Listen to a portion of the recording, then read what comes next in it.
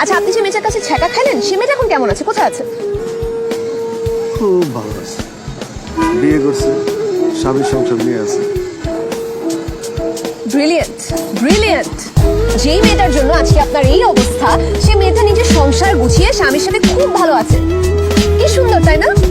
আর আপনি তার জন্য আপনার জীবনটা ধ্বংস করে ফেলছেন। এমন কেন আপনারা?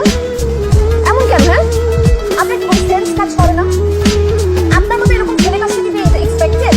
বলেন তো আপনি। জীবনে প্রেম করছে, একটা কথা বলতেছেন। চুপ থাকেন আপনি, আপনি আমার কথা শোনেন। এখন একটা কথা বলবেন না। যে মানুষটা কখনো সিগারেট খায় নাই, সে মানুষটা এখন সিগারেট খায় রেগুলারলি, মদ খায় রেগুলারলি। যে মানুষটা সারা জীবন এত ব্রিলিয়েন্ট রেজাল্ট করে আসছে, সেই মানুষটা মাস্টার্স এর মতো এক্সামে ফেল করছে, ফেল। যে মানুষটার কাছে পড়ার জন্য ছেলেমেয়েরা পাগল থাকতো, মাশরুর স্যার করতো, সেই মাশরুর স্যার এখন টিউশনই করতে পারে না। চিন্তা করেছেন আপনি একবারও? আপনার বাবা মা জানেন আপনার এই অবস্থাটা? আপনার বাবা মা জানেন? জানেন। এতটুকু আপনার সেন্স আছে, আপনি এতটা স্বার্থপর, আপনি আপনার বাবা মাকে জানাবেন। কিন্তু আপনি চিন্তা করছেন, কোনোদিন যদি জেনে যায় আপনার বাবা মা, কতটা কষ্ট পাবে তারা, কতটা কষ্ট পাবে।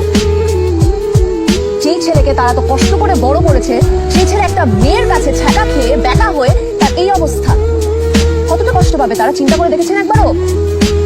সেটা তো চিন্তা করে দেখেনি। দেখি তো আপনার হাত, দেখি। ট্যাটু নেই, অ্যাসিড নাই, রেজারের কাট নাই।